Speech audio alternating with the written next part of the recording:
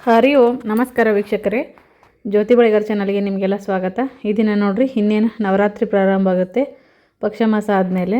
ಈ ಒಂದು ಶರನ್ ನವರಾತ್ರಿಗೆ ಬಣ್ಣಗಳು ಯಾವ್ಯಾವು, 9 ದಿನ 9 ಥರನಾದ ದೇವಿಗೆ ಪ್ರಿಯವಾದಂತಹ ಬಣ್ಣಗಳು ಮತ್ತು ಅವುಗಳ ಮಹತ್ವ ಮತ್ತು ಸ್ಕ್ರೀನ್ಶಾಟ್ ಕೂಡ ಹಾಕ್ತೀನಿ ನೋಡ್ರಿ, ಯಾವ್ಯಾವ ದಿನ ಯಾವ್ಯಾವ ಕಲರ್ ಬರುತ್ತೆ ಅಂತ. ನಂತರ ಬರ್ತಾ ಹೋಗುತ್ತೆ, ನೋಡ್ಕೊಳ್ರಿ. 9 ದಿನಗಳ ಈ ಶರನ್ ನವರಾತ್ರಿ ನೋಡ್ರಿ, ಪ್ರತಿ ವರ್ಷ ಬಣ್ಣಗಳು ಇರ್ತವೆ, ಬಟ್ ದಿನ ಮಾತ್ರ ಬೇರೆ ಇರುತ್ತೆ. ಈ ಸರಿ ಏನಪ್ಪ ಅಂದ್ರೆ ಫಸ್ಟ್ನೇ ದಿನದಿಂದ ಯಾವ್ಯಾವ ಕಲರ್ ಬಂದಿರ್ತಾವೆ ಮತ್ತು ಅವುಗಳ ಮಹತ್ವನ ಆ ಒಂದು ಕಲರ್ ಬಟ್ಟೆಯನ್ನು ಹಾಕ್ಕೊಂಡು ನಾವು ಪೂಜೆಯನ್ನು ಮಾಡ್ಬೇಕು ನೋಡ್ರಿ. ನಮ್ಮ ಕಡೆ ನಾವು ಪ್ರತಿ ದಿವಸ ಬನ್ನಿ ಮರಕ್ಕೆ ಪೂಜೆಯನ್ನು ಮಾಡ್ತೀವಿ. ಆ ದಿನ ಕಲರ್ ಯಾವ್ದಾದ್ರು ಬಂದಿರುತ್ತೋ ಆ ಥರ ಒಂದು ಸ್ಯಾರಿಯನ್ನು ಹಾಕ್ಕೊಂಡು ಪೂಜೆಯನ್ನು ಮಾಡುವಂಥದ್ದು ನೋಡ್ರಿ ದೇವಿಗೆ. ದೇವಿ ನೋಡ್ರಿ, ನವರಾತ್ರಿ ವರ್ಷಕ್ಕೆ ಏನಪ್ಪ ಅಂದ್ರೆ 2 ಬಾರಿ ಆಚರಣೆಯನ್ನು ಮಾಡ್ತಾರೆ ನೋಡ್ರಿ. ಏಪ್ರಿಲ್ ಮತ್ತು ಮಾರ್ಚಲ್ಲಿ ಕೂಡ ಆಚರಣೆ ಮಾಡ್ತಾರೆ. ಅದನ್ನು ಚೈತ್ರ ನವರಾತ್ರಿ ಅಂತಾರೆ. ಈಗ ಸೆಪ್ಟೆಂಬರ್ ಅಕ್ಟೋಬರಲ್ಲಿ ಆಚರಿಸಲಾಗುವಂಥದ್ದು ಶರದ್ ನವರಾತ್ರಿ, ಶಾರದೀಯ ನವರಾತ್ರಿ ಅಂತ ಕೂಡ ಕರೀತಾರೆ ನೋಡ್ರಿ. ಈ ಒಂದು ಶರನ್ ನವರಾತ್ರಿ ಏನಪ್ಪ ಅಂತಂದರೆ ಹೆಚ್ಚಾಗಿ ವ್ಯಾಪಕವಾಗಿ ಆಚರಣೆ ಮಾಡ್ತಾರೆ ಎಲ್ಲ ಕಡೆಯೂ. ಚೈತ್ರ ಮಾಸದ ನವರಾತ್ರಿನ ಕಡಿಮೆ, ಅದು ಕೆಲವು ಕಡೆ ಮಾತ್ರ ಪದ್ಧತಿ ಇರುವಂಥವ್ರು ಆಚರಣೆಯನ್ನು ಮಾಡ್ತಾರೆ. ಇದೇನಪ್ಪ ಅಂದ್ರೆ 9 ದಿನಗಳಲ್ಲಿ ದುರ್ಗಾದೇವಿಯನ್ನು ಮತ್ತು ಅವಳ 9 ರೂಪಗಳನ್ನು ಗೌರವಿಸುತ್ತೆ. ಮತ್ತು ಈ ಹಬ್ಬ ನೋಡ್ರಿ ದಸರಾ ಅಥವಾ ಮತ್ತು ವಿಜಯದಶಮಿಯೊಂದಿಗೆ ಕೊನೆಗೊಳ್ಳುತ್ತೆ. ಇದು ಕೆಟ್ಟದ್ದರ ಮೇಲೆ ಒಳ್ಳೆಯದರ ಒಂದು ವಿಜಯ ಅಂತಲೇ ಹೇಳ್ಬೋದು ನೋಡ್ರಿ. ಈ ಶರನ್ ನವರಾತ್ರಿ ಪ್ರತಿಯೊಂದು ದಿನ ಕೂಡ ವಿಶೇಷ ಬಣ್ಣ ಮತ್ತು ಅರ್ಥದೊಂದಿಗೆ ಸಂಬಂಧವನ್ನು ಹೊಂದಿದೆ. ಮತ್ತು ಈ ಜನರು ಕೂಡ ಈ ಬಣ್ಣಗಳನ್ನು ಧರಿಸ್ತಾರೆ ಮತ್ತು ಸಕಾರಾತ್ಮಕತೆ, ಹಬ್ಬದ ಶಕ್ತಿಯನ್ನು ತರಲು ಕೂಡ ಮನೆಗಳನ್ನು ಕೂಡ ಅಲಂಕಾರ ಮಾಡ್ತಾರೆ. ಶರನ್ ನವರಾತ್ರಿ 9 ಬಣ್ಣಗಳು ಮತ್ತು ಅವುಗಳನ್ನು ಯಾವ ಥರ ಇದು ಅಂತ ಈ ಒಂದು ಲಿಸ್ಟ್ ಹಾಕಿರ್ತೀನಿ ನೋಡ್ರಿ. ಮೊದಲನೇ ದಿನ, 2ನೇ ದಿನ, 3ನೇ ದಿನ ಅದನ್ನು ನೋಡ್ಕೊಳ್ರಿ. ಈ ಬಣ್ಣಗಳು ಯಾವುವು ಮತ್ತು ಅವುಗಳ ಮಹತ್ವವನ್ನು ನೋಡೋಣ. ಪ್ರತಿ ವರ್ಷ ನೋಡ್ರಿ ನವರಾತ್ರಿ ಇರುತ್ತೆ, 9 ದಿವಸ 9 ಬಣ್ಣ. ಈ ಸರಿ ಏನಪ್ಪ ಅಂದ್ರೆ ಸೆಪ್ಟೆಂಬರ್ 22ನೇ ತಾರೀಕಿನಿಂದ ಪ್ರಾರಂಭ ಆಗುತ್ತೆ.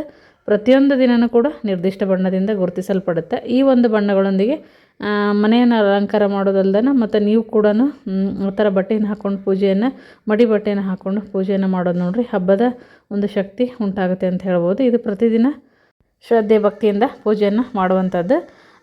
ಶರನ್ನವರಾತ್ರಿ ಮೊದಲನೇ ದಿನದ ಬಣ್ಣ ಬಂದು ಬಿಳಿ ಬಣ್ಣ. ಈ ಒಂದು ಬಿಳಿ ಬಣ್ಣ ನೋಡ್ರಿ ನವರಾತ್ರಿ ಮೊದಲ ದಿನದ ಬಣ್ಣ ಅಂತಲೇ ಹೇಳ್ಬೋದು. ಇದು ಶುದ್ಧತೆ ಮತ್ತು ಶಾಂತಿ, ಹೊಸ ಒಂದು ಆರಂಭಗಳನ್ನು ಪ್ರತಿನಿಧಿಸುತ್ತೆ. ಈ ದಿನವನ್ನು ಪರ್ವತರಾಜನ ಮಗಳು ಶೈಲಪುತ್ರಿ ದೇವಿಗೆ ಇದನ್ನು ಅರ್ಪಿಸಲಾಗಿದೆ. ಶರನ್ನವರಾತ್ರಿ ಬಣ್ಣದ ದಿನ 2, ಇದು ಕೆಂಪು. ಮುಂದೆ ಲಿಸ್ಟ್ ಹಾಕಿರ್ತೀನಿ, ನೋಡ್ಕೊಳ್ರಿ. ಕೆಂಪು, ಈ ಕೆಂಪು ಬಣ್ಣ ನೋಡ್ರಿ ಪ್ರೀತಿ, ಉತ್ಸಾಹ ಮತ್ತು ಶಕ್ತಿಯನ್ನು ಸಂಕೇತಿಸುತ್ತೆ. ಈ ದಿನದಂದು ಭಕ್ತರು ಭಕ್ತಿ ಮತ್ತು ತಪಸ್ಸಿನ ದೇವತೆಯಾದ ಬ್ರಹ್ಮಚಾರಿಣಿ ದೇವಿಯನ್ನು ಪೂಜೆಯನ್ನು ಮಾಡ್ತಾರೆ. ಮೊದಲ ದಿನ ನೋಡ್ರಿ ವೈಟ್, 2ನೇ ದಿವಸ ಕೆಂಪು ಬಣ್ಣ ಈ ಸಾರಿ ಬಂದಿರುವಂಥದ್ದು.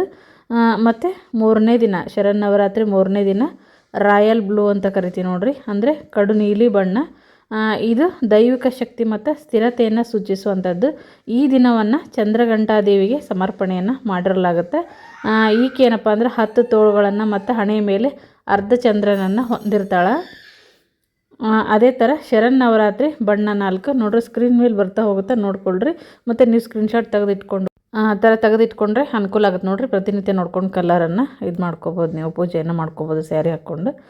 4ನೇ ದಿನದ ಬಣ್ಣ ನೋಡ್ರಿ ಹಳದಿ ಬಣ್ಣ. ಈ ಹಳದಿ ಬಣ್ಣ ನೋಡ್ರಿ ಇದು ಉಲ್ಲಾಸ, ಸಂತೋಷ ಮತ್ತು ಹೊಸ ಆರಂಭಗಳನ್ನು ಸಂಕೇತಿಸುತ್ತೆ. ಈ ದಿನವನ್ನು ದೇವಿ ತನ್ನ ಶಕ್ತಿಯಿಂದ ಅಂದರೆ ಕಾಸ್ಮಿಕ್ ಮೊಟ್ಟೆಯನ್ನು ಸೃಷ್ಟಿಸಿದ ದೇವಿ ಅಂತಂದು ಕೂಷ್ಮಾಂಡ ದೇವಿಗೆ ಈ ದಿನವನ್ನು ಸಮರ್ಪಿಸಲಾಗಿದೆ. ಅದೇ ಥರ ಶರನ್ನವರಾತ್ರಿ ಬಣ್ಣದ ದಿನ 5. ಈ ದಿನ ನೋಡ್ರಿ ಹಸಿರು ಬಣ್ಣ ಏನಪ್ಪ ಅಂದರೆ 5ನೇ ದಿನವನ್ನು ಸೂಚಿಸುತ್ತೆ. ಇದು ಸಾಮರಸ್ಯ ಮತ್ತು ಫಲವತ್ತತೆ, ಬೆಳವಣಿಗೆಯನ್ನು ಸೂಚಿಸುವಂಥದ್ದು. ಈ ದಿನ ಏನಪ್ಪ ಅಂದ್ರೆ ಭಕ್ತರು ಕಾರ್ತಿಕೇಯನ ತಾಯಿಯಾದ ಸ್ಕಂದ ಮಾತಾ ದೇವಿಯನ್ನು ಪೂಜೆ ಮಾಡ್ತಾರೆ. ಶರನ್ನವರಾತ್ರಿ 5ನೇ ಹಸಿರು ಬಣ್ಣವನ್ನು ಪ್ರತಿನಿಧಿಸುತ್ತೆ. ಅದೇ ಥರ ಶರನ್ನವರಾತ್ರಿ ಬಣ್ಣ ದಿನ 6 ನೋಡ್ರಿ ಬೂದು ಬಣ್ಣ ಏನಪ್ಪ ಅಂದ್ರೆ 6ನೇ ದಿನದ ಬಣ್ಣ. ಇದು ಶಕ್ತಿ ಮತ್ತು ಸಮತೋಲನವನ್ನು ಪ್ರತಿನಿಧಿಸುತ್ತೆ. ಈ ದಿನ ಶಕ್ತಿ ಮತ್ತು ಧೈರ್ಯದ ದೇವತೆ ಅಂತ ಕರೆಯಲ್ಪಡುವಂತಹ ಕಾತ್ಯಾಯಿನಿ ದೇವಿಗೆ ಸಮರ್ಪಿಸಲಾಗಿದೆ ನೋಡ್ರಿ. ಶರನ್ನವರಾತ್ರಿ ಬಣ್ಣ 7 ಕಿತ್ತಳೆ. 7ನೇ ದಿನದ ಬಣ್ಣ ಕಿತ್ತಳೆ ನೋಡಿ, ಇದು ಶಕ್ತಿ, ಉತ್ಸಾಹ ಮತ್ತು ಉಷ್ಣತೆಯನ್ನು ಸೂಚನೆ ಕೊಡುತ್ತೆ. ಈ ದಿನ ಏನಪ್ಪ ಅಂದರೆ ದುಷ್ಟ ಶಕ್ತಿಯನ್ನು ನಾಶ ಮಾಡುವಂಥ ದುರ್ಗಾದೇವಿಯ ಉಗ್ರ ರೂಪವಾದ ಕಾಳರಾತ್ರಿ ದೇವಿಯನ್ನು ಗೌರವಿಸುತ್ತೆ. ಶರನ್ನವರಾತ್ರಿ ಬಣ್ಣದ ದಿನ 8 ನವಿಲು ಹಸಿರು. 8ನೇ ದಿನದ ಬಣ್ಣ ನೋಡ್ರಿ ನವಿಲು ಹಸಿರು. ಇದು ಸೌಂದರ್ಯ, ಅನುಗ್ರಹ ಮತ್ತು ಸಕಾರಾತ್ಮಕತೆಯನ್ನು ಸಂಕೇತಿಸುತ್ತೆ. ಈ ದಿನದಂದು ಭಕ್ತರು ಮಹಾಗೌರಿ ದೇವಿಯನ್ನು ಪೂಜೆ ಮಾಡ್ತಾರೆ. ಇದು ಶುದ್ಧತೆ ಮತ್ತು ಪ್ರಶಾಂತತೆಯ ಸಂಕೇತ ಅಂತ ಹೇಳ್ಬೋದು. ಮತ್ತು ಶರನ್ನವರಾತ್ರಿ ಬಣ್ಣದ ದಿನ 9 ಗುಲಾಬಿ ಬಣ್ಣ. ಕೊನೆಯ ದಿನದ ಬಣ್ಣ ಗುಲಾಬಿ. ಇದು ಪ್ರೀತಿ, ದಯೆ ಮತ್ತು ಸಾಮರಸ್ಯವನ್ನು ಪ್ರತಿನಿಧಿಸುತ್ತೆ. ಈ ದಿನವನ್ನು ದೇವಿಯ ಸಿದ್ಧಿದಾತ್ರಿಗೆ ಸಮರ್ಪಣೆ ಮಾಡಲಾಗಿದೆ ನೋಡ್ರಿ. ಅವರು ತಮ್ಮ ಭಕ್ತರಿಗೆ ಬುದ್ಧಿವಂತಿಕೆ ಮತ್ತು ಯಶಸ್ಸನ್ನು ನೀಡ್ತಾರೆ. ಇದಿಷ್ಟು ನೋಡ್ರಿ 9 ದಿನದ ಬಣ್ಣಗಳ ಮಾಹಿತಿ ನೋಡ್ರಿ. ಈಗ ನೋಡ್ರಿ ಬಿಳಿ ಬಣ್ಣ ಇದ್ದಾಗ ಮನೆಯಲ್ಲಿ ನೀವು ಶುದ್ಧ ಮತ್ತು ಪ್ರಶಾಂತ ವಾತಾವರಣಕ್ಕಾಗಿ ಪೂಜಾ ಕೋಣೆಯೊಳಗೆ ಬಿಳಿ ಮಲ್ಲಿಗೆ ಹಾರಗಳನ್ನು ಬಳಸ್ಕೋಬೋದು. ನೀವು ಕೂಡ ಆ ಥರ ಸ್ಯಾರಿಯನ್ನು ಉಡ್ಬೋದು. ಮತ್ತು ಕೆಂಪು ಹೂವಿನ ರಂಗೋಲಿ ನೋಡ್ರಿ, ಗುಲಾಬಿ ದಳಗಳು, ದಾಸವಾಳ ದಳಗಳನ್ನು ಬಳಸಿ ನೀವು ರಂಗೋಲಿಯನ್ನು ಬಿಡ್ಬೋದು. ಈ ಥರ ಕಾನ್ಸೆಪ್ಟ್ ನೋಡ್ರಿ. ಮತ್ತು ರಾಯಲ್ ಬ್ಲೂ ಕುಷನ್ಸ್ ಈ ಥರ ಕಲರ್ ಬಂದಾಗ ಮಾಡ್ಕೋಬೋದು. ಮತ್ತು ಹಳದಿ ಮಾರಿಗೋಲ್ಡ್ ದಾರಗಳು ಅದನ್ನೆಲ್ಲ ಮಾಡ್ಬೋದು, ಹೂವಿನ ಒಂದು ಅಲಂಕಾರವನ್ನು. ಮತ್ತು ಹಸಿರು ಎಲೆ ತೋರಣ ನೋಡ್ರಿ. ಪೂಜಾ ಕೋಣೆ ಪ್ರವೇಶದ್ವಾರದಲ್ಲಿ ನೋಡ್ರಿ ಮಾವಿನ ಎಲೆ, ಚೆಂಡು ಹೂವನ್ನು ಬಳಸಿ ಈ ಥರ ಒಳಾಂಗಣ ಸಸ್ಯಗಳನ್ನು ಇರಿಸಿ ಇದನ್ನು ನೀವೇನಪ್ಪ ಅಂದ್ರೆ ಅಲಂಕಾರವನ್ನು ಮಾಡ್ಬೋದು. ಮತ್ತು ಬೂದಿ ಲಾಟಿನ ಹೊಳಪು ಅಂತ ಈ ದೀಪಗಳನ್ನು ಇರಿಸಿ ನೀವು ಶಾಂತ ವಾತಾವರಣವನ್ನು ಸೃಷ್ಟಿಸಲು ಕೂಡ ಈ ಥರ ಕಲ್ಲರನ್ನು ಉಪಯೋಗ ಮಾಡಿ ಮನೆಯಲ್ಲಿ ಅಲಂಕಾರ ಮಾಡ್ಕೋಬೋದು. ಅದ್ರ ಜೊತೆಗೆ ಕಿತ್ತಳೆ ಹೂವಿನ ಅಲಂಕಾರವನ್ನು ಮಾಡ್ಬೋದು. ಮತ್ತು ನವಿಲು ಹಸಿರು ಬಂದಾಗ ನವಿಲು ಹಸಿರು ಬಣ್ಣದಲ್ಲಿ ನೋಡ್ರಿ ಬಣ್ಣವನ್ನು ಬಳಿದು ಮಂದಿರದ ಬಳಿ ಇರಿಸಿ ಈ ಥರ ನವಿಲುಗರಿಗಳ ಅಲಂಕಾರವನ್ನು ಸೇರಿಸಿ ಮಾಡ್ಬೋದು ನೋಡ್ರಿ. ಅದರ ಜೊತೆಗೆ ಗುಲಾಬಿ ಬಣ್ಣ, ಗುಲಾಬಿ ಕಮಲದ ಹೂಗಳಿಂದ ಅಲಂಕಾರ ಮಾಡಿ ಪ್ರೀತಿ ಮತ್ತು ಸಕಾರಾತ್ಮಕತೆಯನ್ನು ತರಲು ಈ ಥರ ಒಂದು ಕುಷನ್ಗಳಿಗೆ ಗುಲಾಬಿ ಬಟ್ಟೆಯನ್ನು ಬಳಸ್ಬೋದು, ಅಥವಾ ಪೀಠಕ್ಕೆ ಗುಲಾಬಿ ಬಟ್ಟೆಯನ್ನು ಬಳಸ್ಬೋದು. ಈ ಥರ ಬಣ್ಣಗಳನ್ನು ಧರಿಸೋದು, ಅಲಂಕರಿಸೋದನ್ನು ಮಾಡ್ಕೋಬೋದು ನೋಡ್ರಿ.